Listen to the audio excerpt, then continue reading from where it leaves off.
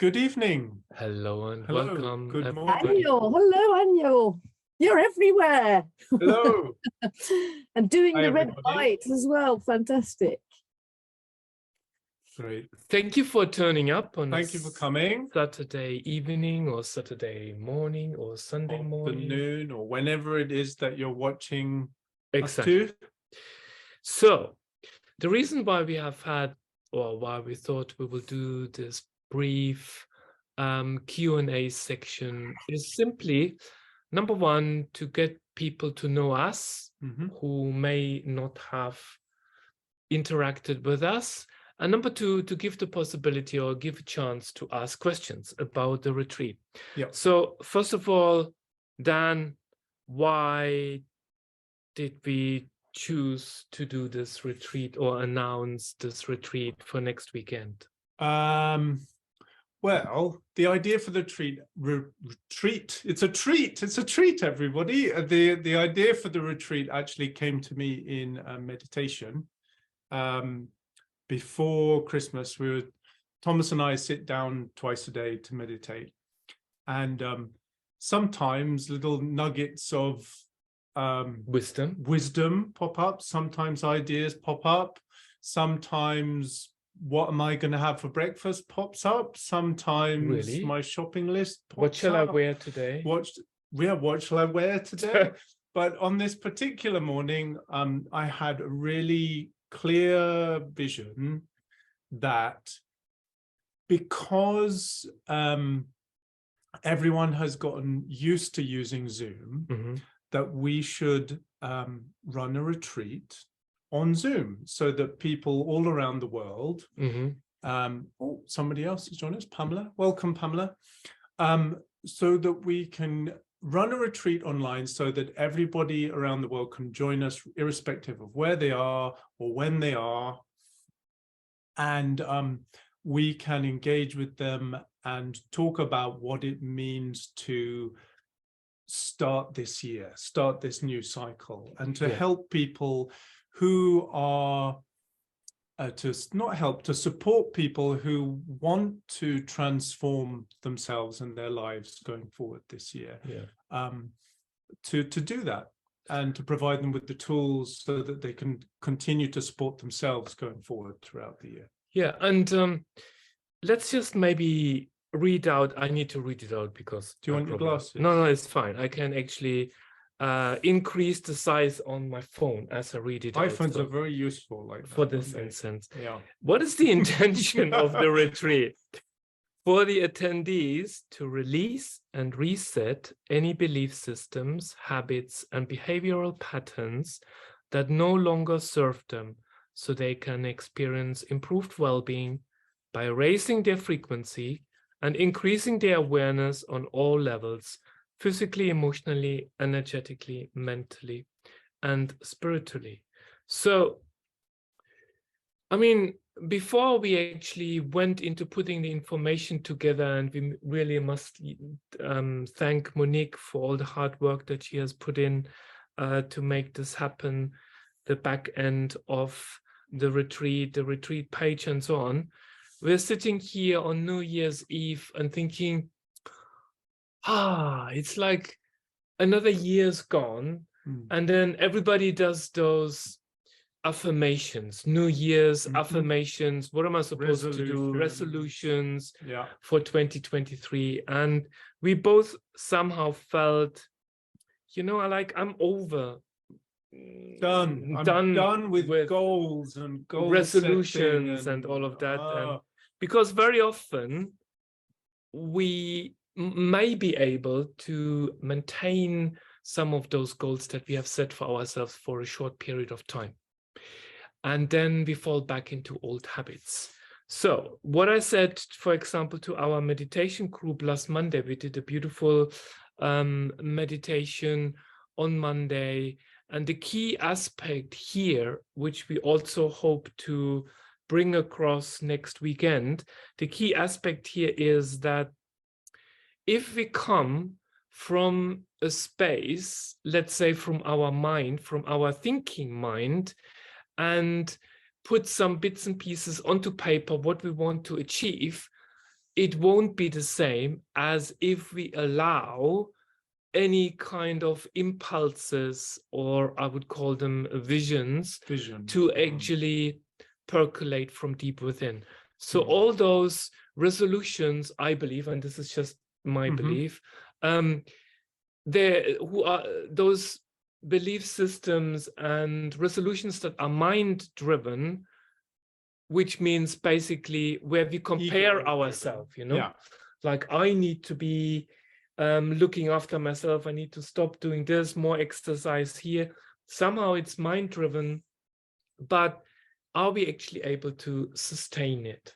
So that basically sets, I think, I believe, I feel it's one of the key differences to any of the other New Year's events that you may have joined or that you may see somewhere advertised anywhere else, because our goal is to allow your individual self, your higher self, to actually speak to you rather than you speaking to what needs to happen.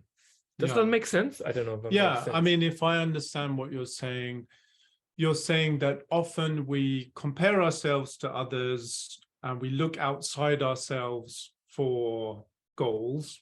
So for example, I need to lose weight, I need to gain weight, I need to be kinder to other people, I need to be nicer to my children, I need to whatever.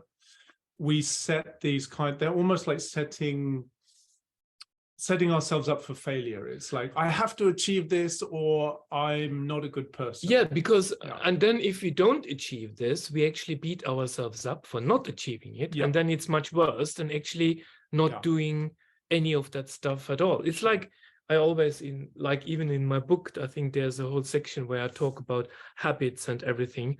And I keep saying, if you really feel like you like to eat a slice or a piece of chocolate, it's much worse for you to eat the chocolate and feel guilty than not eating the chocolate. Do you know what I mean?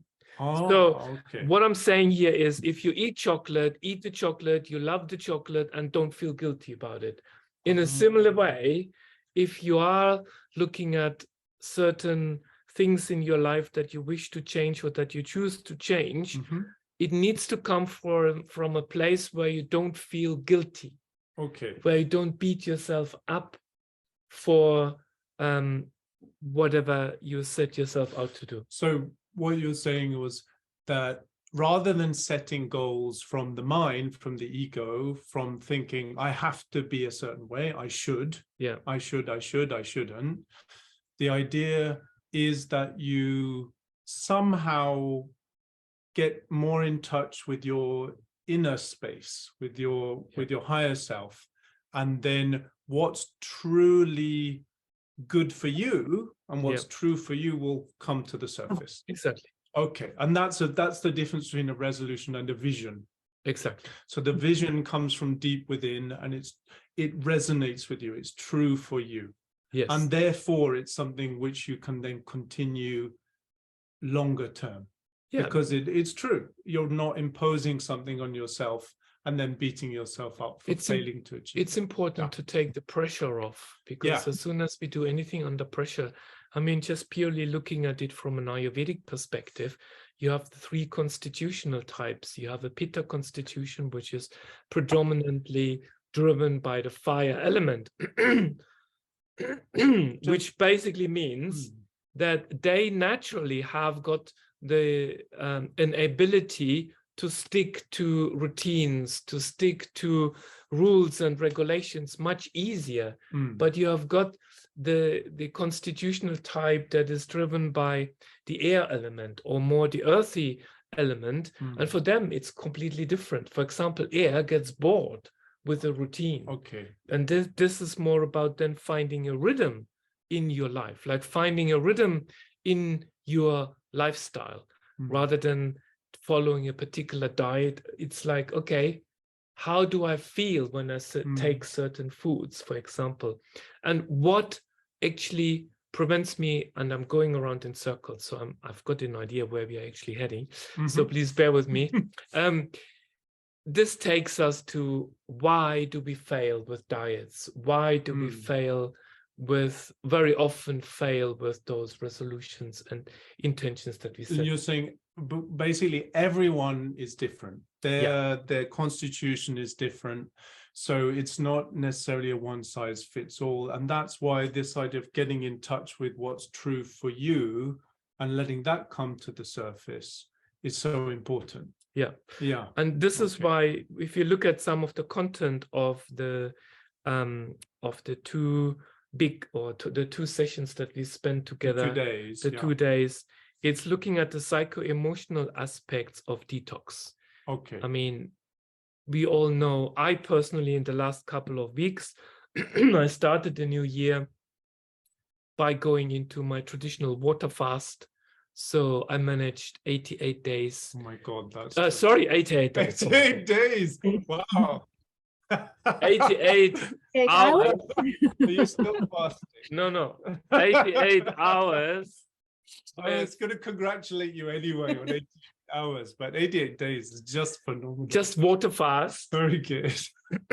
And that brought up a lot of stuff. Like each time I was sitting there and thinking about food and actually dreaming about food. I had a really vivid dream about being in a patisserie, and I got lost in the patisserie for 2 hours and couldn't find my way out.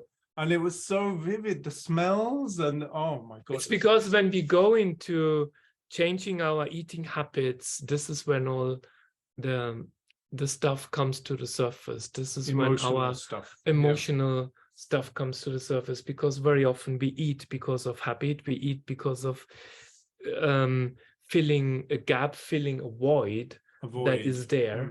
And then when we have deprivation of certain things, so as you know, currently we are continuing with no carbs, pretty much like a keto thing 5 days a week, can't we? Yeah.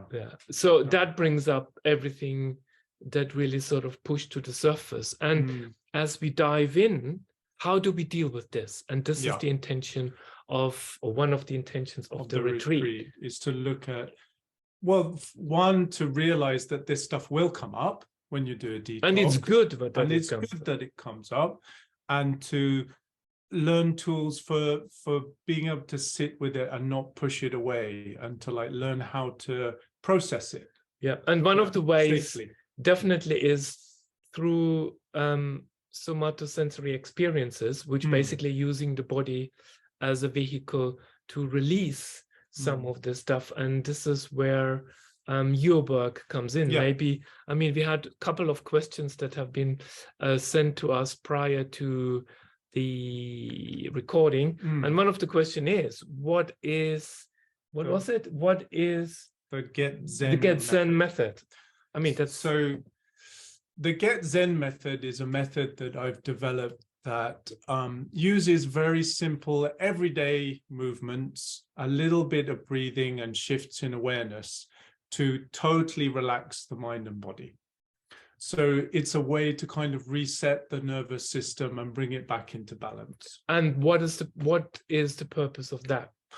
So if you want to change any kind of behaviors, or if you want to, get in touch with those emotions that you might be suppressing or that are repressed, to get into that totally relaxed state is very much key, because then it allows that to come to the surface. Exactly. And when you're in that very relaxed state, in that kind of theta brainwave state, which is a much slower brainwave state, your brain and your nervous system is much more open to change. It's much more malleable, much softer, much more flexible. So by using the Get Zen method as part of the retreat, you will learn something that helps you get into a state where you can start to tell yourself a different story, start to reprogram your old habits. And using the vehicle of the physical body, which is, in my terminology, the densest of the 5 elements, which is linked to the element of earth, and going through that channel, which then provides access to the subtler aspects of well-being, thinking about your emotional well-being, your mental well-being. How do we deal with a mind that on one side tells us, okay, this is what I want to achieve, but then what do I do if the thought patterns become so strong, if we go around in loops and we can't break those patterns? What do I do? And for me, number one is bring your awareness back again to the breath. So we will touch upon, and we will teach you or give you various breathing practices that can not only help to shift those mental patterns, but also can help to improve your metabolism, because we are looking at physical detox and detox on all subtle aspects. I will also be teaching the OBC technique. The OBC technique, which basically is a way of resetting or helping your mind to become aware of what it does, become aware of your thoughts. So O is for observe. Observe. Yeah. B is get into a state of just sitting with it, and then C stands for the creation of the new state. But we can't do this, and this is what I keep saying to clients and patients of mine. We can't just use positive thinking, you know? Oh, okay. Like, okay, I'm thinking positive, this is what I'm going to do. If the programming that lies... Slim goddess. It's not I am slim goddess. I don't think that's... I don't think goddess. you will accomplish that in this lifetime. My beard. Yeah, it's your beard. I don't think it's going to happen in this lifetime. Okay, so these affirmations alone are not going to do the job. I don't think so. Okay. So unless the programming underneath is changed. So that means becoming aware of what goes on, because on a conscious level, you may have all the best ideas, the best intentions, but if subconsciously you are sabotaging yourself, okay. and that sets us, it makes the journey much more difficult. Let's So I'm playing devil's advocate here. I've got a question for you. Okay, so we might not be aware that we're sabotaging ourselves. That's right. So how do we build that awareness of the pattern that we want to change? Does that make sense? I think breathing is one of the key aspects. Sitting in stillness, slowing down. And going from sympathetic, high-driven, active state of the nervous system into parasympathetic mode, which is relaxing and digesting. Yeah. Okay. So becoming aware, and then also we will look at inner child work. Inner child work, which I think it was one of the questions. It what was is yeah. meant by inner child? Yeah, it was. The question was, what is the inner child and why is it important? What is the inner child? That's a big question. It's like an entire weekend we could talk about it. I think in summary, it is how we have been programmed within the first phase of our life, how we have been molded within the first phase of our life that has contributed to behaviors in an adult life. Oh, okay. So that could be, for example, if you are have been a child, I'm just going to pick something randomly, that has been crying a lot, and then your mom comes and gives you a lolly and gives you something sweet. Okay. So basically, whenever you feel uncomfortable, you've just gone and opened a cookie tin and you started to eat. That's an inner child that has trained and learned to deal with certain behaviors.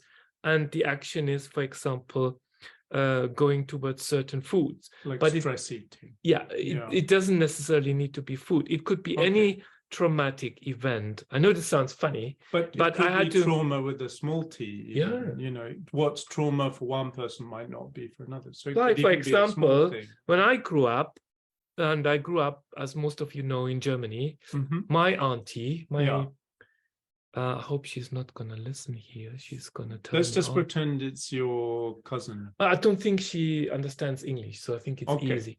So she used to scare me all the time when he came to Santa Claus, Really? like around the 5th, 6th of December, and it starts already much earlier, where she used to scare me. Oh, you didn't behave properly. And then there is this, what we call in Germany, Knecht Ruprecht.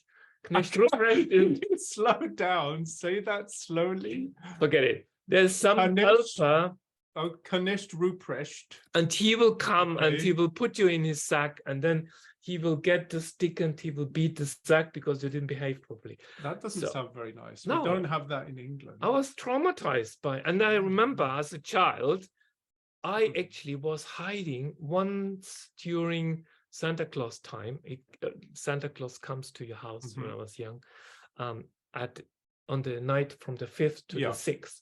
I was hiding from lunchtime until late evening. They couldn't find me under the sink. Oh my God. In my mom's kitchen, because I was so scared of the Santa Claus turning up. So what I'm saying is, this is child work, inner child work, dealing with stuff that has basically shaped our adult behaviors, which contributes to unhealthy lifestyle practices. Doesn't matter what it is, really. Does that make sense? Absolutely.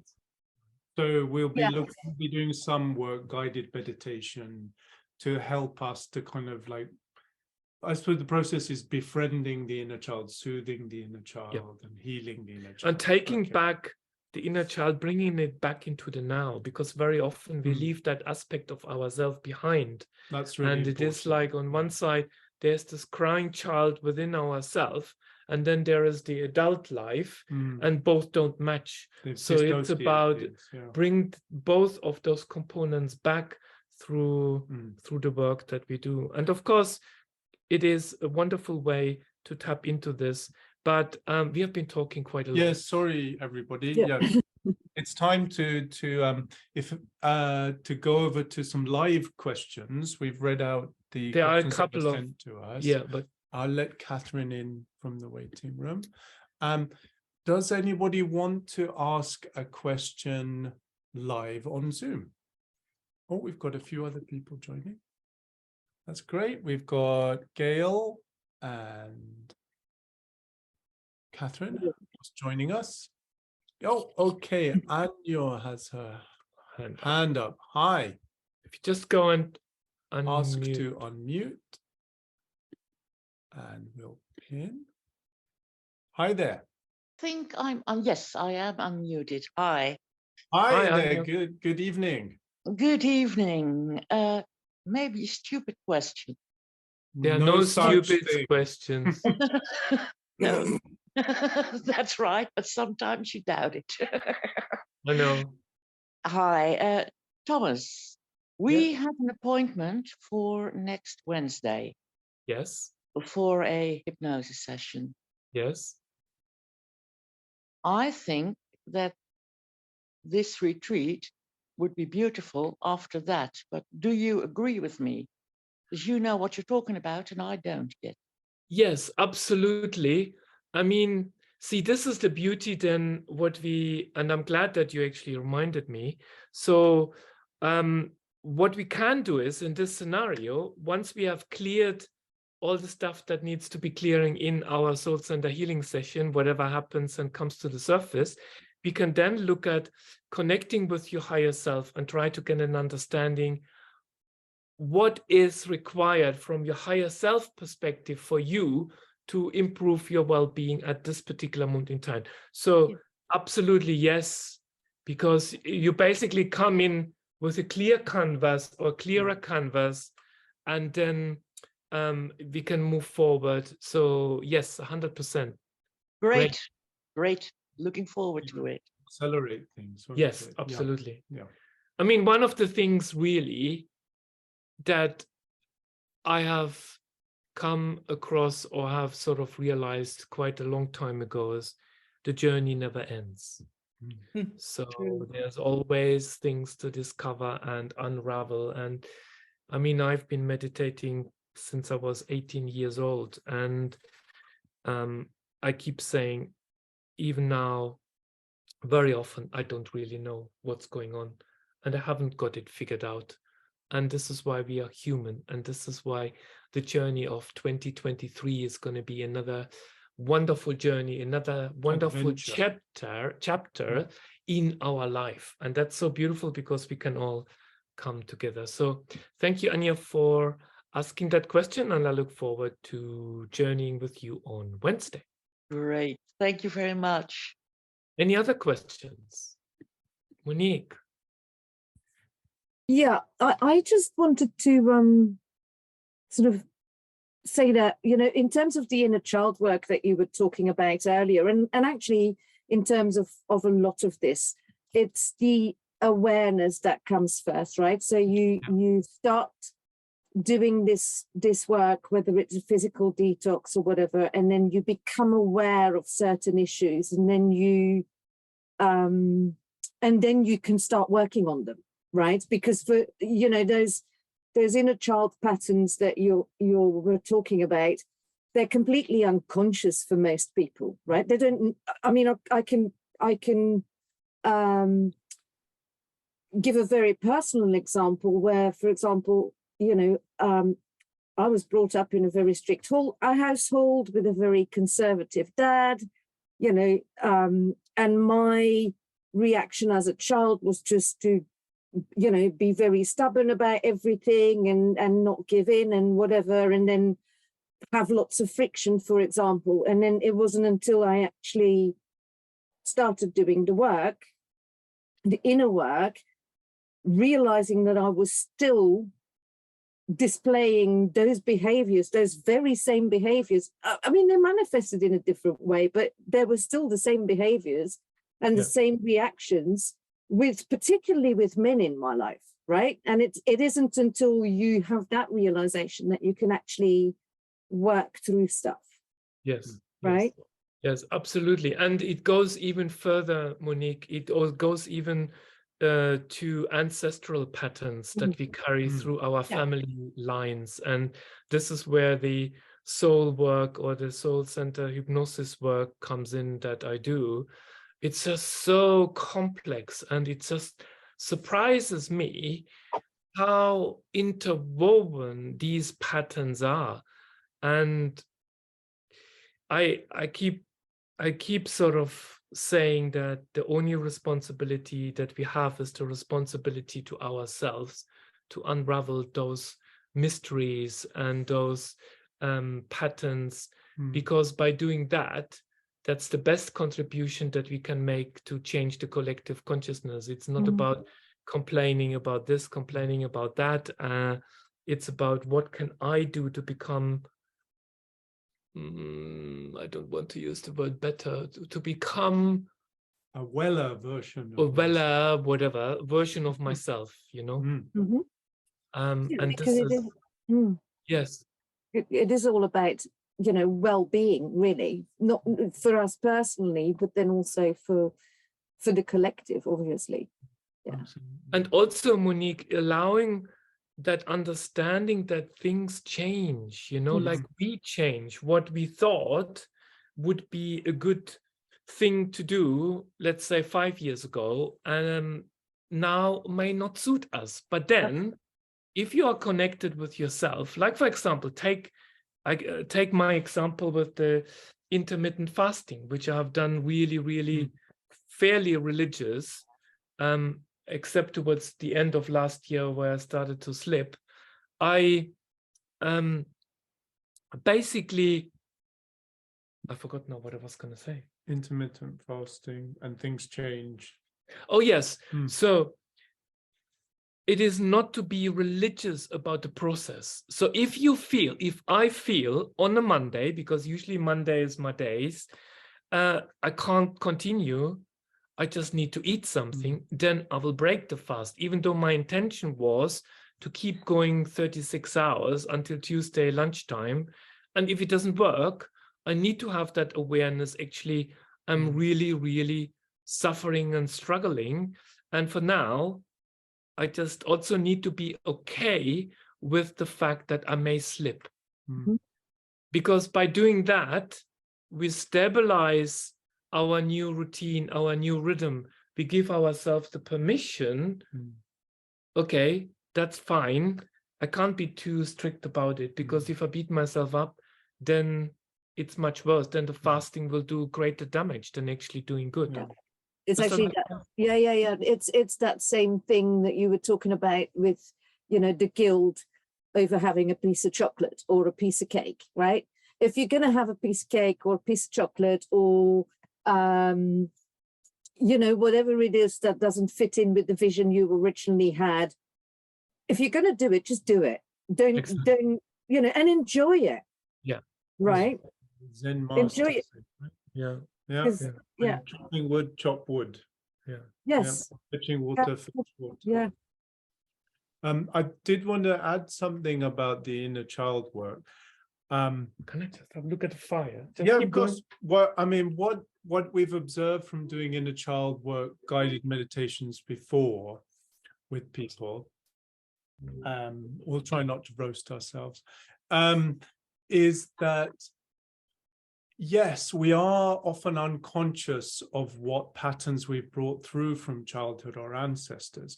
But the beauty of being a human being is we don't have to have it all worked out. No. When we get ourselves into that lovely meditative space, whatever comes up for healing is whatever needs healing in that moment. And we don't need to even be able to describe it in words. You know, we'll have some kind of experience, we'll experience some kind of healing in that moment, and that will shift our behavior. And we may not even be aware of where it's come from, and Exactly. it doesn't necessarily matter where it's come from. It's So like it's slowly, all okay. and it slips in so quietly and silently. And this is when changes become permanent. This is when a diet becomes a lifestyle. This is when certain habits become a lifestyle rather than artificially superimposed behavior upon us. That's right. And that takes time. Yeah. Yes. We need to cut And ourselves hand off. holding. We need to hold each other's hand and hold each other's space, and yeah, to just be there for each other, because yeah, it's not always easy. No, but that's what makes this sort of new community, new world that we're all building, you know, so amazing, right? Because we now have people that hold our hands through whatever challenges, you know, even if they're on the other end of the world. It's, you know, it actually doesn't matter. That's really what all of this is about, isn't it? It's sort of bringing everybody, lifting everybody, lifting each other up together. Yes, exactly. Are there any other questions from anybody else? Thank you very much, Monique. Thank you, Monique. You're welcome. Well, thank you for the answers. Anybody else like to share something or ask a question? Did we answer all of them?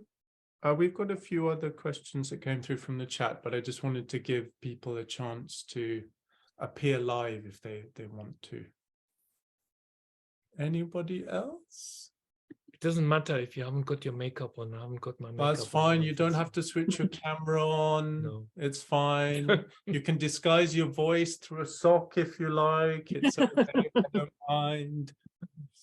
Can speak in a high-pitched voice or a low-pitched voice if you want to. It's all good. Okay, let's have a look at one of the other questions. Okay, so this is important. I can't attend both days of the retreat. Will there be recordings? Yes, for those who enroll in the weekend retreat, recordings will be made available. Yes, there will be access to recordings. That was an easy one. Dan, on that subject also, so some people will not be able to enroll this weekend because, you know, they may have other plans or whatever. So can people come in at a later stage? Is it going to stay available as something that people can do? Yeah, that's correct. Yes, so the whole 2-day retreat will be recorded and then will be made available as a standalone course that people can do at any time. It's not limited to doing it in January. You know, this is about releasing whatever you need to release, resetting and realigning. So you can do it whenever is right for you. Yeah. Thanks for asking. Okay. Another important question. I've done many detox programs before, and I still fall back into old habits. Why?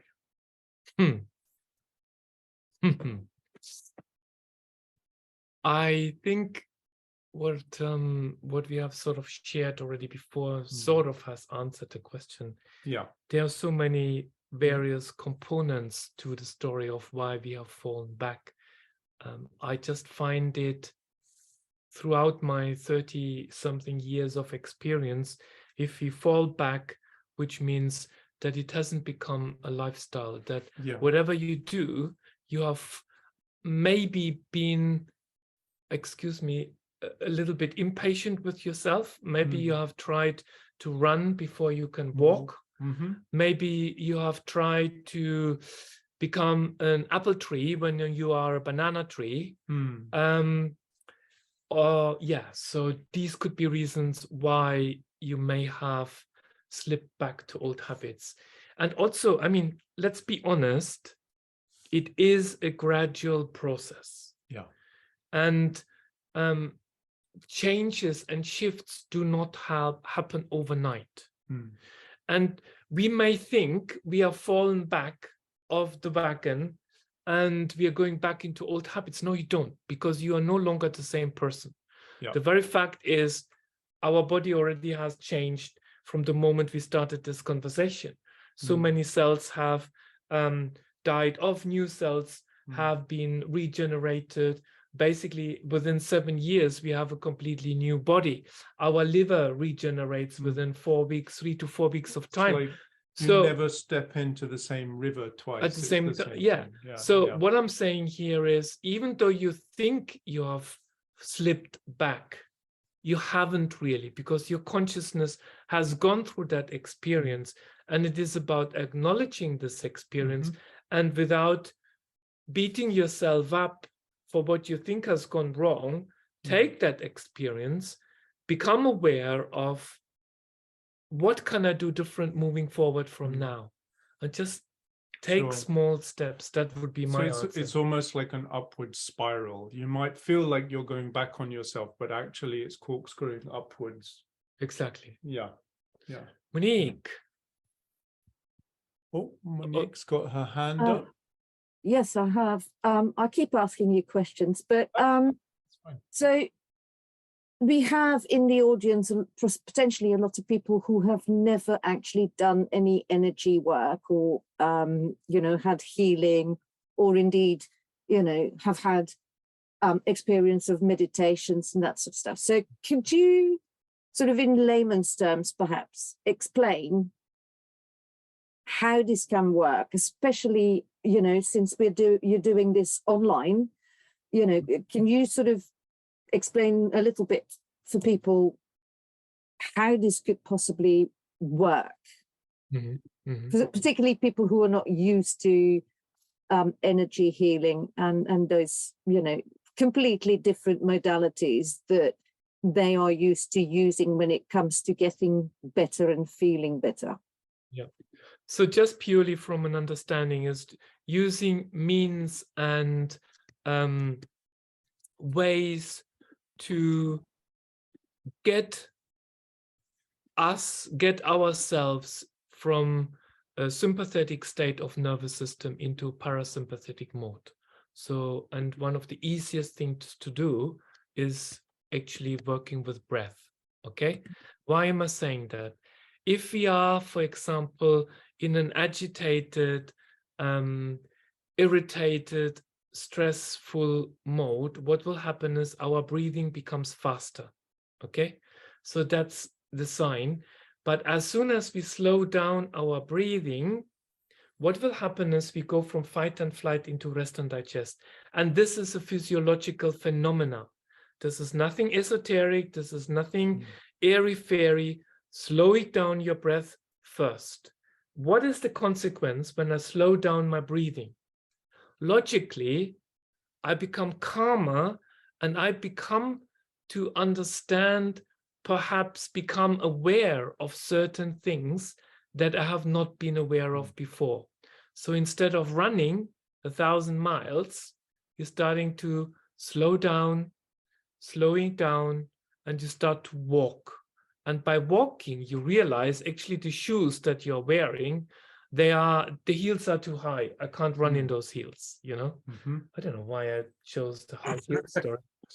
I get what you mean. Does it make sense, Monique? And you also notice your surroundings more. You notice more what's going on. Yeah.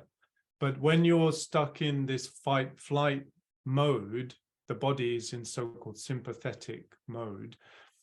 You're in survival mode. Your brain is not aware of many things. It's just focusing on survival. So by using the breath to slow down the nervous system and bring it back into balance, this is just one tool, by the way, of the many tools that we use in the retreat. But breath is a very good tool to bring the nervous system back into balance. And when you're in that balanced state, you're so much more aware of everything. And see, another way, even for people who have had no idea what meditation is and what it is all about, I will give an introduction into the Ayurvedic pulse analysis. Oh, yes, that was one of the questions. So what is pulse analysis? It's not about finding out how many beats are there in a minute. It's a self-referral process. So when you place your fingers onto your radial artery, on your pulse, in a particular way, naturally, what will happen is there is an alignment process that happens on a physiological level without you even needing to know and to understand what is happening, because you become aware of your own rhythm. And you may not be even able to read or understand the rhythm, but the very fact that you connect with yourself just by feeling the pulse, you are already a step closer to understanding, to becoming aware of what needs to change. Does that answer your question, Monique? Yes, to some extent. You know, it's a complicated thing to explain to people, right, who have only ever visited a doctor or you know, gone to a physiotherapist or whatever it might be, who've had only ever 3D contact in terms of healing, whereas here we really are talking about taking control of our own physiology, mindset and physiology by actually changing the mindset and you know, I don't want to use the word spirituality, but you know, our understanding and awareness of everything that is.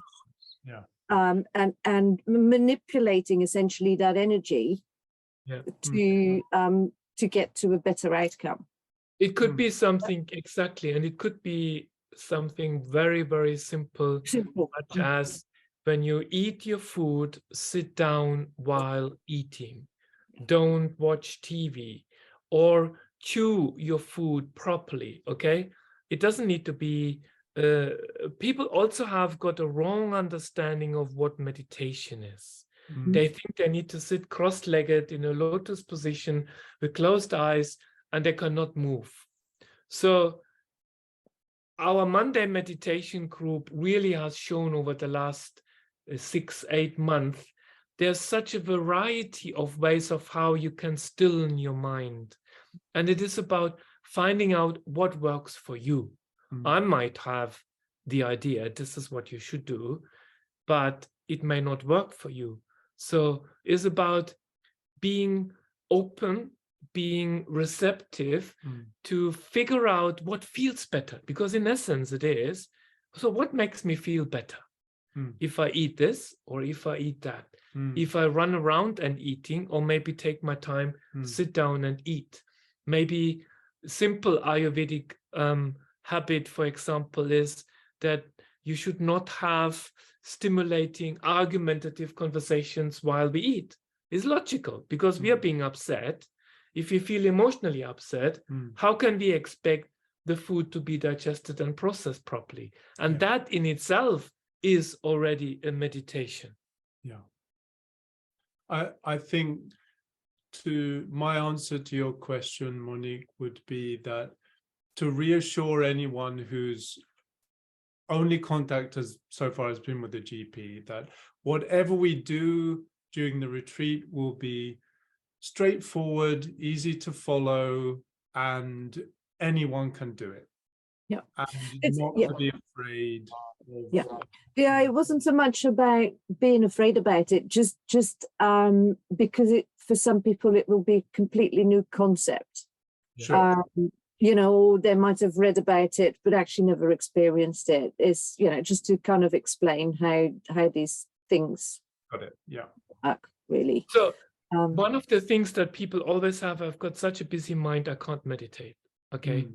So my answer to that is, if your mind is busy, if your mind can run, you can slow down and you stand still. The other way around, it's more difficult. If you can only walk, you may not be able to run. But if your mind can race, can run ahead, you can slow down and you can stand still.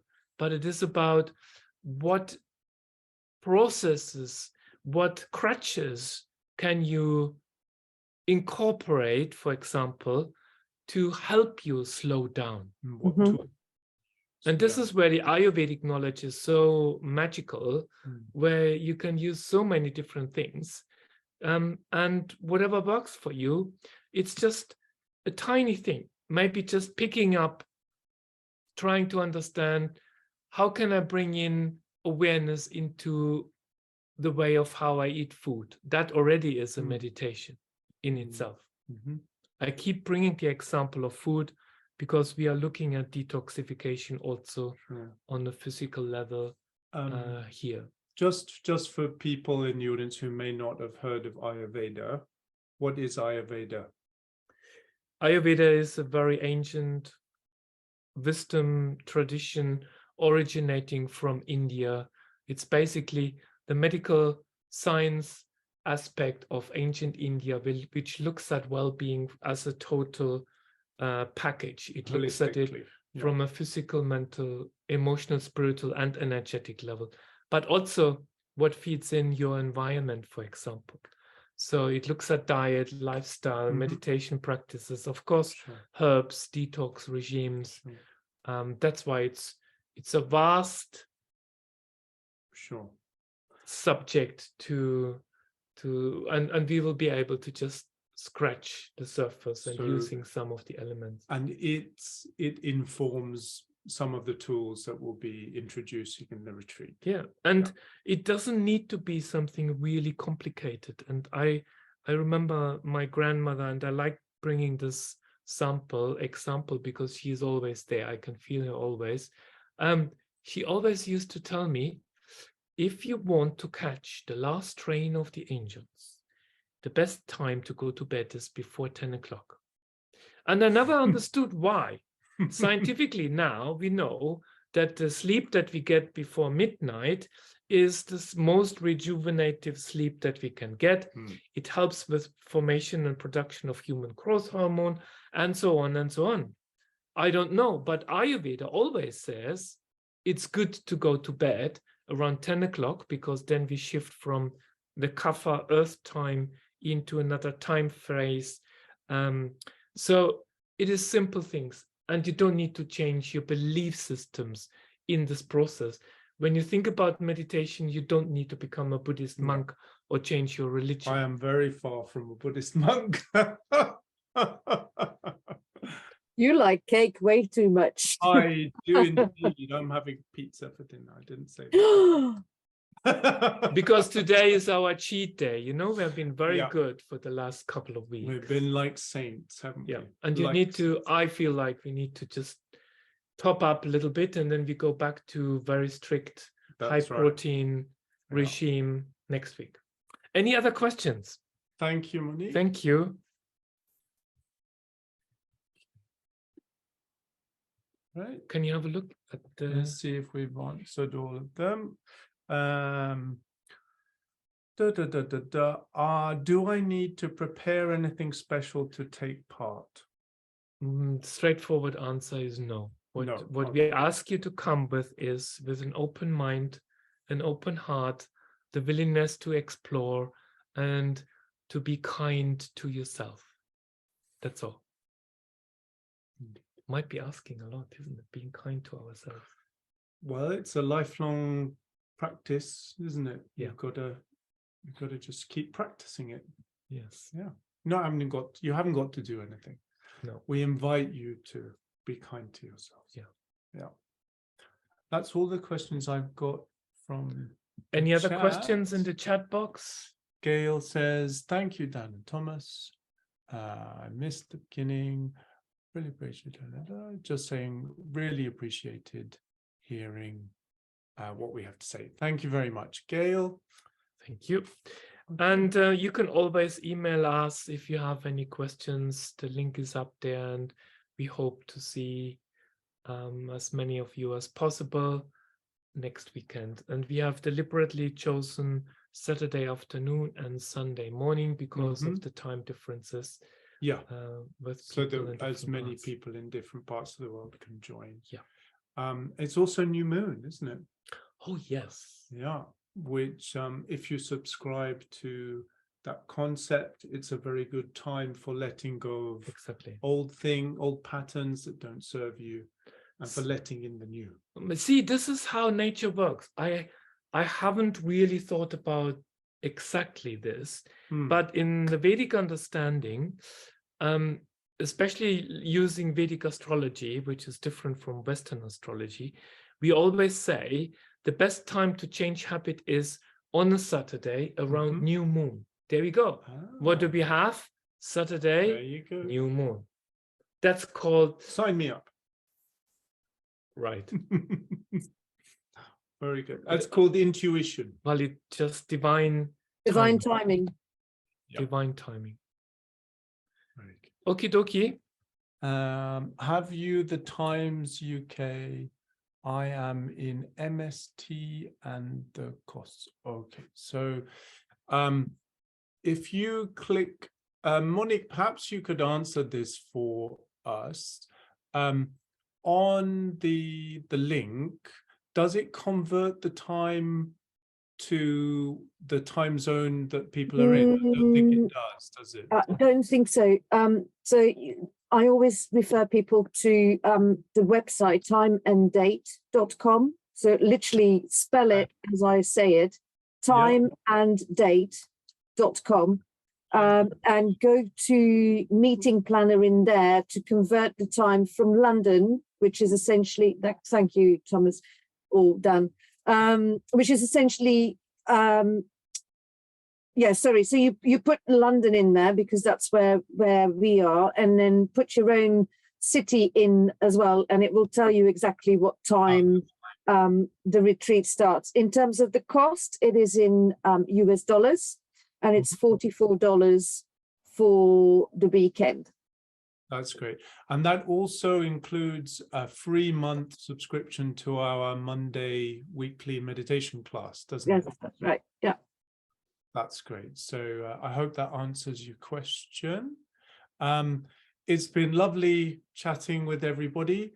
Are there any final questions before we go, or anything people want to share? If not, we will sign off. Thank you, everybody, for turning up, for being here. And one of the biggest milestone achievement steps is to actually be there and turn up and make a commitment to yourself. You don't make this commitment to anybody else, but you make it to yourself. So thank you. Just one thing, this is recorded, right? So people can come back and listen to it again on YouTube. That's correct. It will go up on the YouTube recording channel. it now, and I will put it up on YouTube tomorrow. Yeah. Fantastic. Thanks so much, guys. That was lovely. Thank you, everybody. Bye-bye for now. Bye. Bye.